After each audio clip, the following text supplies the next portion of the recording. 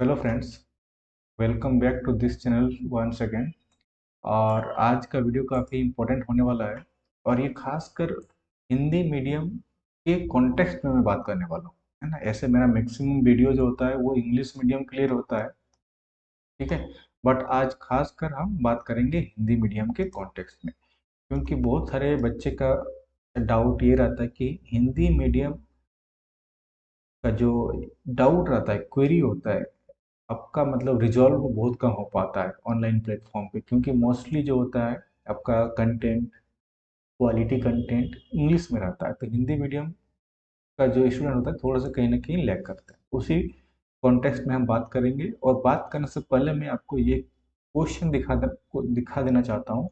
जो आपका 13 जेपीएससी हुआ था, 11 to 13 जेपीएससी मेंस का पेपर है। देखिए फ्रेंड्स, ये क्वेश्चन आया था और आपको पता है कि हर क्वेश्चन 40 मार्क्स का होता है, राइट। देखिए यहाँ पे लिखा भी है। तो ये क्वेश्चन आपसे पूछा गया था कि अविकसित अर्थव्यवस्था के महत्वपूर्ण लक्ष्यों का वर्णन करें। अविकसित मतलब होता है अंडर डेवलप्ड इकोनॉमी, मतलब अविकसित, ठीक है।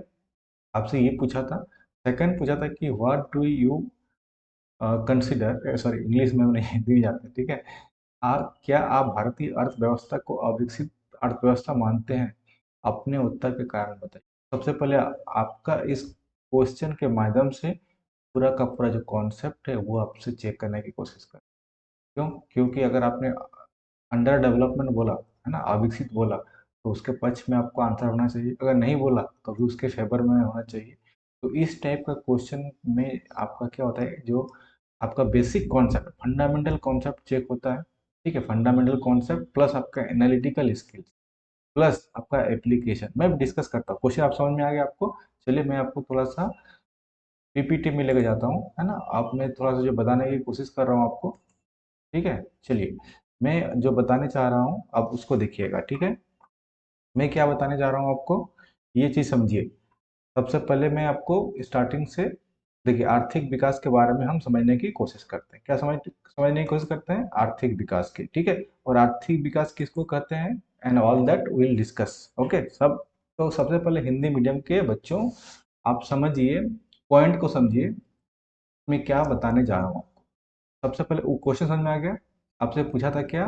अविकसित, ठीक है। अविकसित, अविकसित, राइट। मतलब under develop economy, under develop, ठीक है। यही आपसे पूछा गया था। एक सेकंड में कलर चेंज कर लेता हूँ। अंडर डेवलप इकोनॉमी, राइट, यही आपसे पूछा था। ब्लैक ही कर लेते हैं, अंडर डेवलप्ड इकोनॉमी, ठीक है। यही आपसे पूछा था। तो फ्रेंड्स, 40 मार्क्स का जो क्वेश्चन आपने देखा, और वो डायरेक्ट क्वेश्चन नहीं था, ठीक है। कहीं आपका बुक में नहीं मिलेगा, कोई नोट्स में नहीं मिलेगा, ठीक है। तो ऐसा क्वेश्चन को टैकल करने के लिए आपको क्या करना चाहिए, ठीक है फ्रेंड्स। थोड़ा सा और टाइम लूँगा, फिर आप अपना कंटेंट पे आते हैं। दो चीज़ें होती है फ्रेंड्स, सिविल सर्विस को आपको जानने की ज़रूरत है। कोई भी सिविल सेवा जो होता है, ठीक है, सिविल सेवा, तो इस एग्ज़ाम को जब तक आप नहीं जानेंगे ना, तब तक आपको दिक्कत होगा। देखिए सिविल सर्विस में क्या होता है, फॉर एग्जांपल आपका 200 सीट निकाला है इस बार, 150 निकाला, क्योंकि सिविल सर्विस का जो सेवा होता है सीटें कभी कम होती है। और जिसमें से भी ये ऐसा सेवा है, ऐसा मतलब परीक्षा एग्जाम है कि ये हर कोई देना चाहता है, हर कोई, मतलब जो कभी अभी ऑलरेडी किसी पोस्ट में, ऑलरेडी सर्विस में है ना, ऑलरेडी सर्विस में है। फॉर एग्जांपल कोई दारोगा में है, ठीक है, कोई दारोगा में है, कोई झारखंड पुलिस में है, बट क्वालिफाइड है, मतलब ग्रेजुएशन, मतलब इस एग्जाम को फॉर्म भरने के लिए एलिजिबल है। या तो सेंट्रल एसएससी में है, या तो सीजीएल में है, हमारे झारखंड सीजीएल में है, राइट।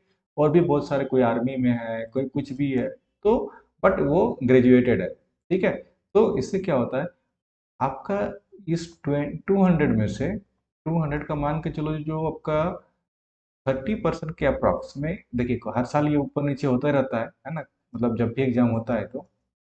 बट 200 का 30% तक आपका क्या होता है कि जो ऑलरेडी सर्विस में है कोई, है ना, कोई फॉर एग्जांपल कोई ओएनजीसी में है, ठीक है, ओएनजीसी, कोई और बीसीसीएल, कोई भी कुछ भी है, टाटा स्टील, कोई इंजीनियर्स है, कोई पीएसयू में है, राइट, कोई एमबीए किया हुआ है, कोई प्राइवेट सेक्टर में है। तो बहुत सारे जो जॉब वाले हैं, अब इस 200 का 30% तो मैं एक एवरेज बता रहा हूँ है ना, 40% तक भी जाता है, 50% तक भी जाता है। मान के चलिए आपका ज़्यादा नहीं तो कम से कम 40% जो सीट है ये ऑलरेडी जो जॉब कर रहे हैं ना वो लोग ले जाता है। आप देखेंगे जब इंटरव्यू, चाहे वो यूपीएससी का आता है, ठीक है, या बीपीएससी का हो या किसी और एग्जाम का हो, तो जब इंटरव्यू लोग आता है सिलेक्ट होने के बाद, तो ये कहीं सबको बोला था कि मतलब बोलेगा क्या, हम कहीं इस पोस्ट में पोस्टेड है, इस पोस्ट पे वर्किंग थे, ये यहाँ पे वर्किंग थे। तो ऐसे ही आपका सीट आपका 200 में 40%, 30% जितना भी है चला जाता है।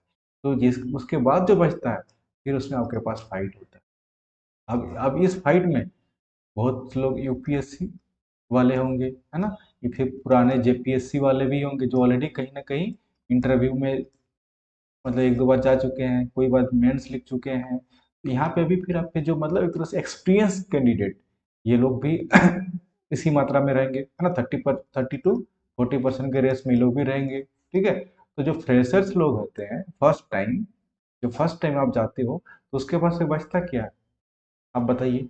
अगर इस रेशियो में, और यही तो रियलिटी होता है सिविल सर्विस में, क्योंकि सिविल सर्विस में फर्स्ट अटेम्प्ट में निकालना इज चैलेंजिंग, क्योंकि फर्स्ट अटेम्प्ट में आपको पता ही नहीं चल पाता है कि सिलेबस क्या है, पढ़ना क्या होता है। हाँ, अगर आपने फर्स्ट अटेम्प्ट में आपका निकल गया तो इट्स वेरी गुड, बट इस बहुत रेयर होता है कि आपने पहला अटेम्प्ट में ही निकाल दिया। अगर निकाल पा रहे हो तो बहुत ही अच्छी बात है ना। और तो वही लोग निकाल पाता है जिसके पास प्रॉपर गाइडेंस हो, है ना, उसका रिलेटिव में, फैमिली मेंबर में कुछ भी मतलब गाइडेंस उसको मिलता है अच्छे से। ठीक है, कहने का मतलब ये है, अदरवाइज जो गांव से, रूरल बैकग्राउंड से, हिंदी मीडियम से ऐसे विद्यार्थी का फर्स्ट अटेम्प्ट में जिसका कोई बैकग्राउंड नहीं है, थोड़ा सा चांसेस कम होता है ना। तो कहने का मतलब ये है कि देख आपका जो फाइट है सिविल सर्विस में बहुत ज़्यादा होता है। और क्यों होता है मैंने रीजन भी बता दिया। ठीक है, सीटें कम और सब कोई इसी सेवा में आना चाहता है। ठीक है, ओके। तो क्या आपका नोट्स कैसा होना चाहिए, देखिए नोट्स फ्रेंड्स, नोट्स किसी का भी काम नहीं आएगा, और खासकर दूसरे का नोट्स तो लेना ही नहीं चाहिए, किसी भी इंस्टीट्यूट का नोट्स आपका काम नहीं आएगा। ठीक है, क्यों? क्योंकि नोट्स वो अपने हिसाब से अपना थॉट प्रोसेस के साथ बनाया है। क्या वो जो सोच के लिखा है नोट्स में, आप आपका हर का अपना इंडिपेंडेंट जो एनालिटिकल स्किल्स होता है, वो क्या सोच के नोट्स में लिखा है, क्या आप आपका उसके नोट्स पढ़ने से आपका हो जाएगा?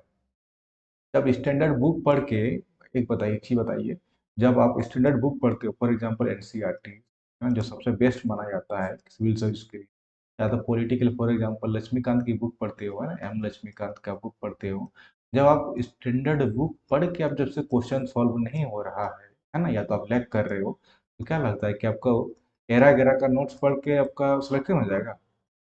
इसको कोई नहीं जानता है ना। ये तो एनसीईआरटी जो सबसे ऑथेंटिकेट बुक है, मार्केट में पॉलिटी के लिए बाइबल माना जाता है लक्ष्मीकांत का बुक के लिए, वो सब बुक आप पढ़ लिए तब भी आपको समझ में नहीं आ रहा है, क्वेश्चन नहीं बन पा रहा है, तो नोट्स मार्केट में जो अवेलेबल है 200 रुपया में, है ना, कि सारे जेपीएससी का नोट 200 रुपया में ले लो, इससे काम नहीं चलता है। ठीक है, मेरा पॉइंट ये है। तो चलिए अब हम बात कर लेते हैं, अब हम बात करते हैं, मेरा अपना जो हमारा क्या था मेन पॉइंट है, आपको क्या करना है, हिंदी मीडियम के लिए बता रहे हैं। तो सबसे पहली बात, आर्थिक विकास का अर्थ, यही वाला क्वेश्चन आपसे पूछा गया था, अर्थ विकास, तो उसको यहाँ पे मैं लिखा हूँ, आप देखो, आर्थिक विकास के लिए, है ना, मतलब अगर क्वेश्चन को एड्रेस नहीं करने जा रहा हूँ मैं, आपको आर्थिक विकास किसको बोलते हैं, देखो, सबसे पहले समझो क्वेश्चन को आपसे। आर्थिक विकास मतलब क्या होगा, इकोनॉमिक, इकोनॉमिक डेवलपमेंट, है ना, यही हो गया आर्थिक विकास। अब आर्थिक विकास दो तरह से होगा, या तो अल्प विकास होगा, अंडर डेवलप, या तो पूरा डेवलप, यही होगा डेवलपमेंट का दो पैरामीटर। तो सबसे पहले हमको समझना पड़ेगा दोस्त कि आर्थिक विकास फ्रेंड्स क्या होता है, आर्थिक विकास का मतलब समझना पड़ेगा। तो देखो आर्थिक विकास का मतलब सबसे पहले आपको समझना पड़ेगा कि अगर आपका ऐसा विकास, आज के डेट में खासकर हम सस्टेनेबल डेवलपमेंट की बात करते हैं, राइट, सस्टेनेबल डेवलपमेंट की बात करते हैं, सतत विकास की बात करते हैं, है ना, तो आर्थिक विकास या तो समावेशी विकास की बात करते हैं, राइट, सस्टेन एंड इंक्लूसिव, जिसको हम लोग क्या बोलते हैं, सस्टेन मतलब निरंतर और समावेशी। ठीक है, तो हम इसका मीनिंग को समझना पड़ेगा। इसी को मैं बार बार कह रहा हूँ कि आपको कॉन्सेप्ट पे फोकस करना पड़ेगा। और कॉन्सेप्ट क्या कहता है, आर्थिक विकास, कि आर्थिक विकास से तात्पर्य किसी देश में लोगों के, यहाँ से आपका कीवर्ड आ गया, जीवन स्तर, अब जीवन स्तर को क्या बोलते हैं हम? स्टैंडर्ड ऑफ लिविंग, है ना। अब कैसा आपका देश का लिविंग स्टैंडर्ड है? कल्याण। और कल्याण का मतलब क्या हो गया? वेलबींग, है ना, वेलबींग, कल्याण। और जीवन की गुणवत्ता, और जीवन की गुणवत्ता का मतलब क्या हो गया? क्वालिटी लाइफ, है ना। ऐसा नहीं कि सिर्फ आप जी रहे हो लाइफ जीने के लिए, क्वालिटी लाइफ जिसको बोलते हैं ना, क्वालिटी लाइफ। तो यही आपका क्या निकलते आता है, निकल के आता है? कीवर्ड। एक एक कीवर्ड ये हो गया, सेकंड कीवर्ड कल्याण हो गया, थर्ड कीवर्ड क्या हो गया? जीवन में गुणवत्ता। और उसके बाद निरंतर और समावेशी, है ना। ये आपका दोनों मिला के एक चौथा कीवर्ड बन गया। तो आपका आंसर में ये जब तक कीवर्ड दिखेगा नहीं ना, ठीक है, चाहे कुछ भी कर लीजिए। तो जो मैंने आपको बताया कि हाइट 200 में तो आपका 30% एक्स जॉब वाले हो जाएंगे वो, है ना। फिर आपका कुछ परसेंटेज जो पुराने एक्सपीरियंस कैंडिडेट है, यूपीएससी, बीपीएससी, जेपीएससी का भी फिर आपका फ्रेशर का नंबर लगेगा। तो इस कम नंबर में भी अगर आपको आना है तो ऐसा ऐसा पॉइंट्स को हमेशा मतलब बार बार रिकॉल करना है कि इसका मतलब क्या हो सकता है, ठीक है। तो आर्थिक विकास का समझ में आ गया कि आर्थिक विकास मतलब इकोनॉमिक डेवलपमेंट किसी भी देश, ये देश से जुड़ा होता है, ठीक है। देश में लोगों का, देश के लोगों के साथ जुड़ा होता है। और इसका पैरामीटर क्या होता है? मैंने बताया, जीवन स्तर मतलब लिविंग स्टैंडर्ड, वेलबींग और क्वालिटी लाइफ। ये आपका इंक्लूसिव, इंक्लूसिव और सस्टेन्ड, जिसको निरंतर और समावेशी सुधार से। और उसका कुछ पैरामीटर्स है। देखिए पैरामीटर्स क्या क्या होते हैं, इस पैरामीटर्स को देखिए। इस पैरामीटर्स में क्या क्या है कि आय में वृद्धि, आय में वृद्धि, ठीक है, आय में वृद्धि। ये आय में वृद्धि मतलब जीडीपी में वृद्धि। सिंपल सी बात है, अगर आपको रोजगार मिलेगा, आप समझिए ऐसा, अगर आपको नौकरी मिल गई, नौकरी मिलेगी आपकी, तो क्या होगी? आप सरकार को इनकम टैक्स दोगे, है ना, आईटी इनकम टैक्स दोगे। और टैक्स कहाँ पे जाएगा? गवर्नमेंट में जाएगा। तो गवर्नमेंट का क्या होगा? गवर्नमेंट का रेवेन्यू में इंक्रीज होगा। तो आय में वृद्धि होगा तभी कंट्री का भी वृद्धि होगा, जीडीपी में वृद्धि होगा, ठीक है। और जिस कंट्री में जितना जॉब अपॉर्चुनिटी होगा, जितना लोग रोजगार मिलेंगे, तो और कंट्री क्या हो जाएगा? आर्थिक विकास की ओर अग्रसर होगा। तो ये क्या है? पहला पैरामीटर है एंड इम्पॉर्टेंट पैरामीटर, इस टाइप का आपको लिखना है। आय में वृद्धि, जीडीपी में वृद्धि, ठीक है। मैं शॉर्ट में लिख दे रहा हूँ आपको, क्योंकि ये 40 मार्क्स का होता है, तो आपको पूरा इससे एक्सप्लेन करके लिखना है, बट कॉन्सेप्ट इतने ही है, ठीक है। सिमिलरली सेकंड, सुधारित जीवन स्थितियाँ, स्वास्थ्य एंड शिक्षा मतलब इम्प्रूव्ड। सुधारित मतलब क्या होता है? इम्प्रूव्ड, इम्प्रूव्ड क्वालिटी, ठीक है, लिविंग कंडीशन, ठीक है, स्टैंडर्ड ऑफ लिविंग बोला ना, इम्प्रूव्ड लिविंग कंडीशन, ठीक है। जिसमें से आपका क्या हो गया? स्वास्थ्य विभाग, सेवा मतलब हेल्थ केयर हो गया, हेल्थ केयर और एजुकेशन। अगर आपका अच्छा हेल्थ केयर होगा, आपका एजुकेशन अच्छा होगा, तभी तो आप एज ए ह्यूमन डेवलपमेंट होगा, है ना। HDI जिसको बोलते हैं, ह्यूमन डेवलपमेंट इंडेक्स का तो पैरामीटर यही है ना, हेल्थ केयर, एजुकेशन, राइट। इस पे आपको ध्यान देने की जरूरत है। देन आपका आंसर में ये सब कीवर्ड दिखना चाहिए और ऐसे फॉर्मेट में दिखना चाहिए। गरीबी, असमानता और बेरोजगारी में कमी, ठीक है।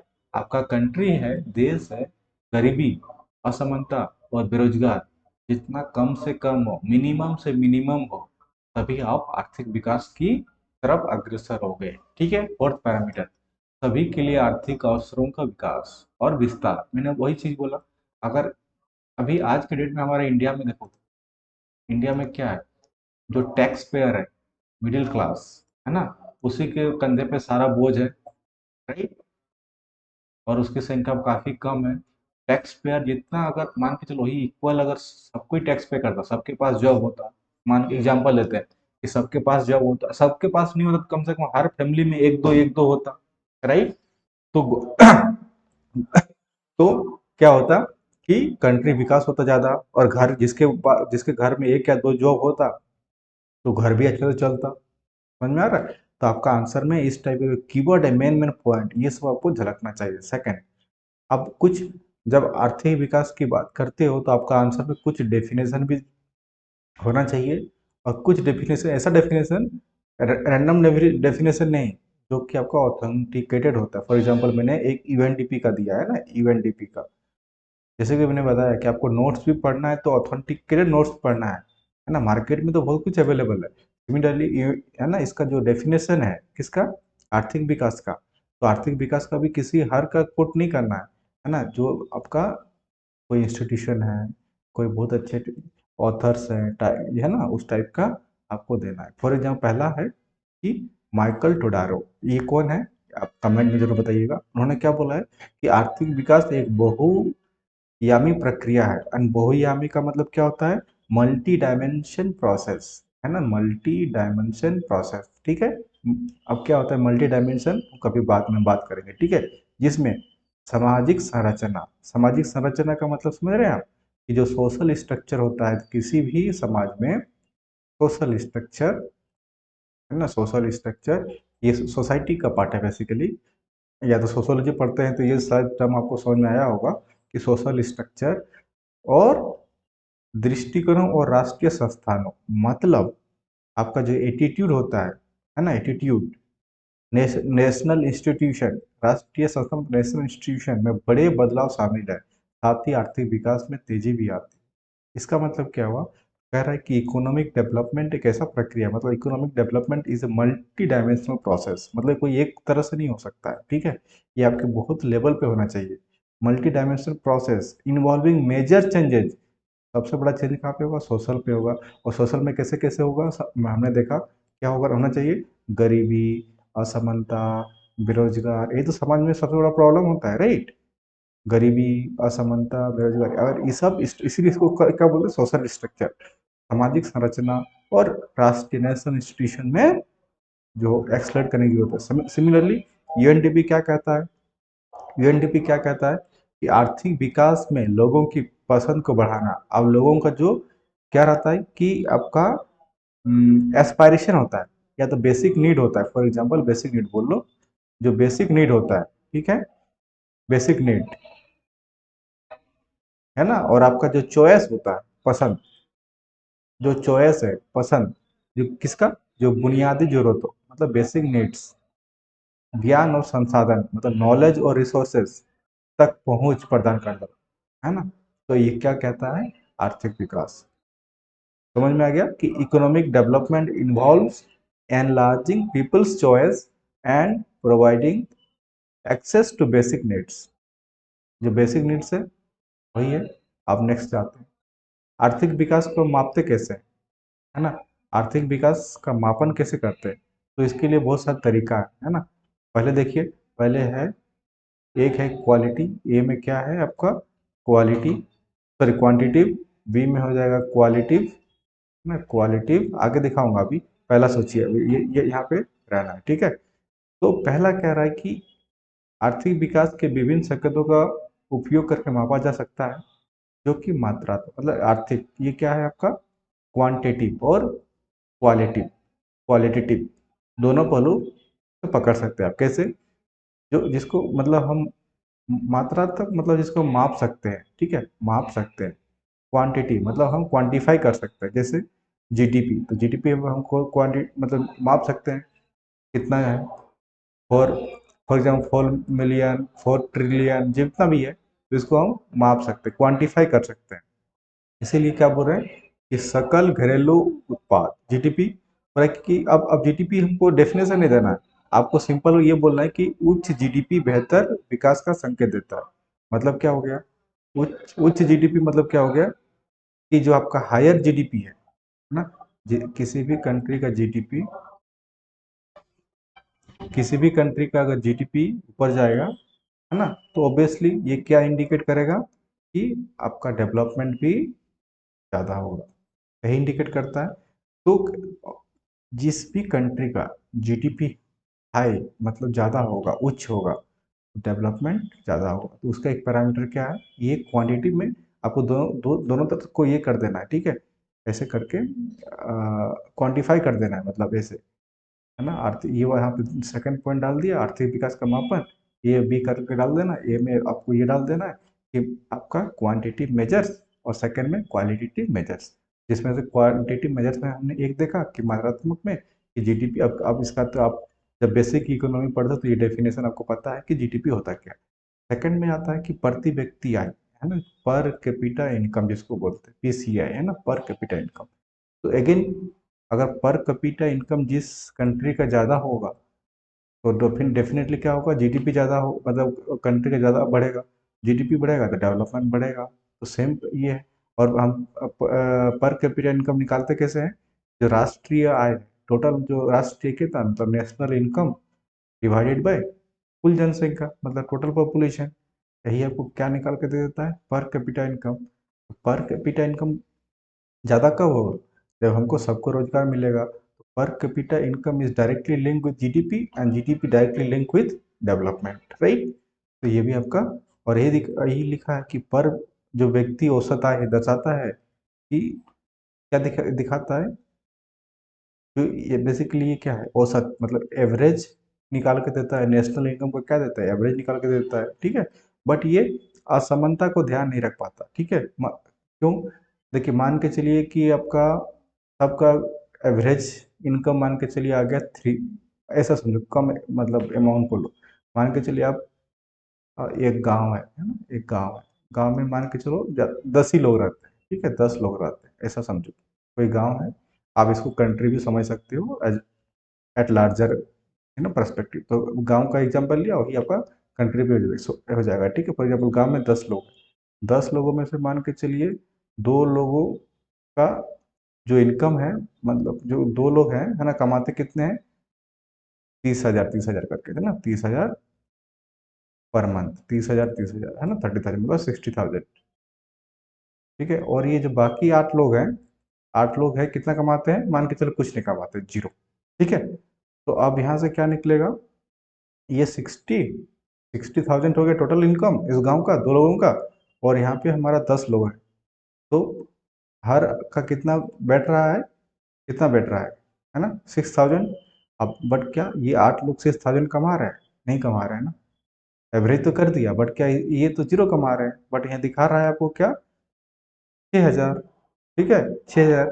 तो क्या कर रहा है, यहाँ पे असमानता है ना, ये लोग तो सिर्फ 2 ही लोग कमा रहे हैं, बाकी तो इसीलिए कर रहा है कि जो आप निकालते पर कैपिटा इनकम असमानता को ध्यान में नहीं रखता, ठीक है। थर्ड पॉइंट क्या कह रहा है, सकल राष्ट्रीय आय, जिसको हम लोग जीएनआई बोलते हैं ना, ग्रॉस नेशनल इनकम। अब ग्रॉस के केस में क्या होता है, ये सब आपको इसलिए देना है कि देखो यहाँ पे जब देखो कि जो आप ग्रॉस की बात करते हो और नेशनल की बात करते हो, ठीक है। तो यहाँ पे क्या होता है, जब हम ग्लोबल लेवल पे बात करते हैं ना, ग्लोबल लेवल मतलब जो आप विदेश वाला जो हम बात करते हैं, ठीक है, जीएनपी, राइट, जीएनपी है ना, उस टाइप से। तो क्या होता है कि जब हम ग्लोबल लेवल पे हम बात करेंगे, तो फॉर एग्जांपल हमको आर्थिक विकास का मापन ऐसा होना चाहिए ना, कि मान के चलिए कि कंपेरिजन करना है ना, अमेरिका का, अमेरिका का वहाँ का पर कैपिटा इनकम कितना है, फॉर एग्जांपल कुछ भी है ना, मान के चलो इंडिया रुपीस में बात कर लो कि 600, एग्जांपल दे रहा हूँ, और इंडिया का है आपका 200, ठीक है। जब दोनों का कंपेयर करोगे तभी तुमको पता चला कि अमेरिका की उसका आर्थिक विकास क्या है, डेवलपमेंट क्या है, हमारा क्या है। तो क्या करता है, वो तुलना करता है विदेशों के साथ, राइट। तो ये आपका इस टाइप का आंसर का पॉइंट होना चाहिए। सिमिलरली अब सेकंड पॉइंट की बात करते हैं, हम सेकंड पॉइंट में हम क्या बात कर रहे हैं, कि सेकंड पॉइंट जो होता है आपका, ये आपका क्वालिटी होता है, मतलब सोशल होता है, सामाजिक, ठीक है। पहला वाला हमने क्या देखा, क्वांटिटी, मतलब जिसको हम क्वांटिफाई कर सकते हैं, मतलब नंबर कर सकते हैं, जीडीपी कितना है नंबर कर सकते हैं, पर कैपिटा वो नंबर में आता है ना, जीएनआई क्या है नंबर में आता है। बट सेकंड एस्पेक्ट में क्या होता है, जब क्वालिटी की बात करते हैं ना, क्वालिटेटिव की बात करते हैं, तो ये हमको ऐसा कोई देता नहीं है कि ये 5 है 10 है, नंबर नहीं देगा, ठीक है। तो ये क्या कहता है, ये जो आर्थिक विकास का पैरामीटर है ना, ये बोलता है कि आप सामाजिक में जो चेंजेस हो रहे हैं, फॉर एग्जांपल पहला बी का पहला पॉइंट है आपका मानव विकास सूचकांक, जो एचडीआई जिसको हम लोग बोलते हैं, human development index, right, human development index. और यूएनडीपी के द्वारा भी ये दिया गया था, है ना, डेवलप्ड बाई यूएनडीपी। एचडीआई आर्थिक विकास का एक व्यापक उपाय है जो इस पर आधारित है, किस पर आधारित है, ये इस पर आधारित है, ये सब पैरामीटर। फॉर एग्जांपल जीवन प्रत्याशा स्वास्थ्य, इसका मतलब क्या हुआ, किसी भी कंट्री का जो लाइफ एक्सपेक्टेंसी रेट है, लाइफ एक्सपेक्टेंसी रेट है ना, life expectancy rate, for example कितना आदमी जी सकता है। तो अगर मान के चलिए मैंने आपको यहाँ पे बताया एक पॉइंट, हेल्थ बताया ना, स्वास्थ्य, हेल्थ बताया, तो किसी भी कंट्री का एक ऐसा बोला जाता है कि अगर आदमी का एवरेज क्या है, आयु, इसको हिंदी में क्या बोलते हैं, ऐसे समझने के लिए एवरेज आयु, मतलब कितना दिन तक वो जीवित रह सकता है। तो कोई अगर डेवलप्ड कंट्री होगा तो वहाँ पे अगर अच्छा स्वास्थ्य मिलेगा तो लोग क्या होगा कि उसकी, बोला जाता है कि उसकी जो आयु होगा, मतलब बीमारी होगा, अच्छा ट्रीटमेंट मिलेगा, वो ज़्यादा से ज़्यादा दिन, जिसको हम लोग बोलते हैं कि कुपोषण ना हो, है ना, प्लस कोई अच्छा ऐसा कुछ मेजर बीमारी भी है, कैंसर उनसर का, तो हर जगह उसका ट्रीटमेंट अवेलेबल हो, है ना। हमारा यहाँ पे तो है ही नहीं, कुछ भी होता है तो हम लोग अगर वेलोर को जाना पड़ता है, एम्स जाना पड़ता है, और वो पूरा, हम नहीं जाते, पूरा इंडिया जाके वहाँ पे बैठा रहता है, क्योंकि वो क्वालिटी ऑफ हेल्थ जो है, हमारे पास इंफ्रास्ट्रक्चर ही नहीं है, राइट। जिसमें से हमारा एक पॉइंट ये हो गया। सेकंड ये क्या कि शिक्षा, स्कूली शिक्षा और औसत वर्ष, मतलब कितना औसत वर्ष का मतलब कि स्कूल्स ऑफ ईयरिंग कितना किया है ना। ऐसा नहीं कि आपने एडमिशन तो ले लिया, है ना, आपको अगर सरकारी आंकड़ा निकालना हो तो आपको पता चला कि एडमिशन लिया है, और पता चला कि एडमिशन लेके छोड़ दिया है ना, वो एवरेज जितना होता होना चाहिए, कितने साल उसने पढ़ाई किया है, जो इसीलिए बोलते हैं शिक्षा के औसत वर्ष, है ना, उसको क्या बोलते हैं, years of schooling of average means, ठीक है। वो नहीं है। थर्ड में वही आय, प्रति व्यक्ति आय, प्रति व्यक्ति आय में भी आपका जो GNI पर कैपिटा है ना, GNI ग्लोबल लेवल के साथ जब आप कंपेयर करते हो, मैंने बताया है ना, उसकी बात करता है। फिर HDI जो निकाला, हमने बताया कि यहाँ पे HDI होता है ह्यूमन डेवलपमेंट इंडेक्स, ठीक है। कोई इंडेक्स होता है तो कुछ नंबर होगा। आप ये देखो, इस यही इस कैटेगरी से ही आपका आंसर जो मेंस का दिखाया ना, कि अगर हमारा ह्यूमन डेवलपमेंट का इंडेक्स किस कैटेगरी में हम भारत पड़ता है ना, क्या किस कैटेगरी में फॉल करता है। अगर हमारा, ये देखिए स्केलिंग होती है ना, स्केलिंग होती है 0 से लेके 1, आपको पता है 0 से लेके 1 तक होती है ना, 0 सबसे कम, ठीक है, और ये आपका मैक्सिमम। तो ये क्या कह रहा है कि अगर जिस जिस कंट्री का ह्यूमन डेवलपमेंट इंडेक्स 0.8 प्लस है, वो आपका, उसका जो विकास है काफ़ी हाई है। इस रेंज में है तो मीडियम है, इस रेंज में तो कम विकास। तो यहाँ पे अगर इंडिया का है देखोगे तो ये आपका मीडियम रेंज में फॉल करता है। तो आप अल्प विकास भी नहीं बोल सकते, आप इसको डेवलप भी नहीं बोल सकते। आपको यहाँ पे लिखना था, क्या लिखना था कि ये आपका एक तरह से मीडियम डेवलपमेंट है। क्या है? Medium development. तो जब आप बोलते हो किसी चीज को, तो आपका आंसर, उसको जस्टिफिकेशन भी देना पड़ेगा। अगर ये पॉइंट आपने देता तो आपका जस्टिफाइड हो जाता, राइट। इसी तरफ से आपको देना है। तो ऐसे ही आपका कुछ आर्थिक विकास का मापन का ही पॉइंट है, सेकंड पॉइंट है, हमने पहला देखा था ये वाला, है ना, ह्यूमन डेवलपमेंट इंडेक्स। सेकंड में हमको क्या देखना है अब, असमानता, मतलब इसको हम लोग ये बोल सकते हैं, जो इनइक्वालिटी हमने देखा ना, असमानता देखा ना हमने, असमानता, असमानता में कैसे देखा, जो निकाला, जैसे कि हमने जो 10 लोगों का एक एग्जाम्पल दिया, राइट, कैसे निकालते हैं। वो HDI जो है, किसमें, सिर्फ आय में नहीं, हमने हमें सिर्फ इनकम में निकाला था। सेम चीज आपको निकालना है शिक्षा में, स्वास्थ्य वितरण में, असमानता को ध्यान रखता है, ठीक है। हमने आपको सिर्फ क्या बताया था, आय में निकाल के। वही शिक्षा कैसे निकालोगे, कोई फॉर एग्जाम्पल, कोई आपका कॉन्वेंट स्कूल में पढ़ रहा है, ठीक है, कोई किसी का बच्चा कॉन्वेंट स्कूल में पढ़ रहा है, और आप गांव का प्राइमरी स्कूल में पढ़ रहे हो, ठीक है, लेकिन बट अगर सरकारी डेटा आएगा तो एनरोलमेंट रेट दिखाएगा, गांव का भी दिखाएगा 70%, मान के चलो कि 70% एनरोलमेंट दिखाया, ठीक है, और सिटी का भी दिखाया 70%, और यहाँ का सिटी का 70% कॉन्वेंट स्कूल में पढ़ रहा है, गांव का जो 70% प्राइमरी में स्कूल में पढ़ रहा है ना, नंबर तो आपको दिखाई दिया, है ना, एवरेज परसेंटेज, पर क्या दोनों सेम है? नो। इसीलिए वही चीज़ है, सिमिलरली स्वास्थ्य में भी, तो है ना, कोई एम्स में अपना ट्रीटमेंट करा रहा है, ठीक है, और कोई सदर अस्पताल में करा रहा है, सदर हॉस्पिटल में करा रहा है, ठीक है, तो डिफरेंस, तो ये गैप जितना कम हो उतना बेटर है, यही कहता है आपका ये सब पैरामीटर। थर्ड में कह रहा है कि बहुआयामी गरीबी सूचकांक, MPI जिसको बोलते हैं, ठीक है, MPI बोलते हैं इसको, इसको बोलते हैं multi dimensional poverty index.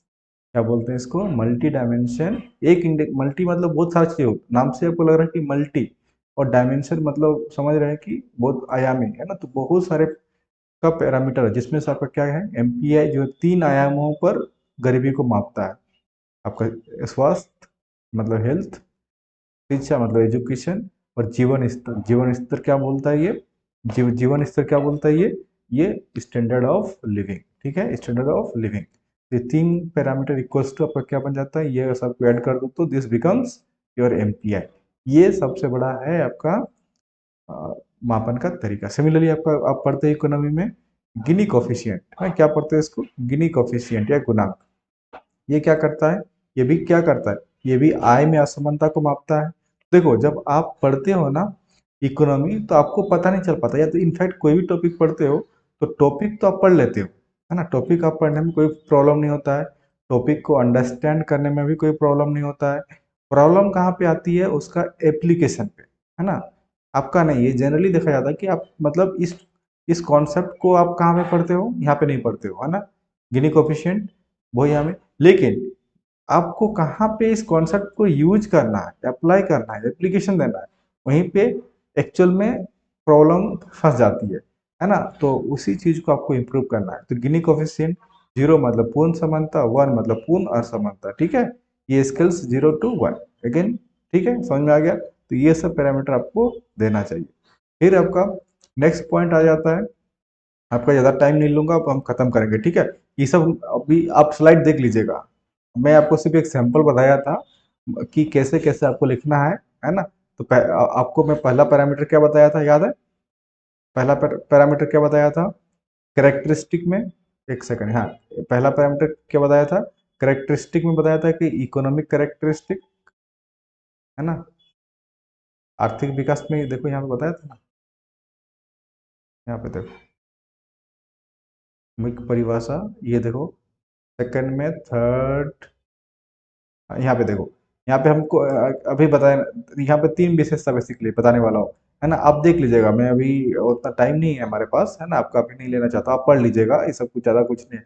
Characteristic में 3 है ना। आप ये इसको आप ये बोल सकते हो कि इकोनॉमिकली, ठीक है, यही वाला सबसे इकोनॉमिक मतलब आर्थिक में क्या क्या हो सकता है, ठीक है, इकोनॉमिकली। बी में आपका हो सकता है, क्या हो सकता है बताइए, पॉलिटिकली, और सोशल भी हो सकता है, क्यों नहीं हो सकता है ना।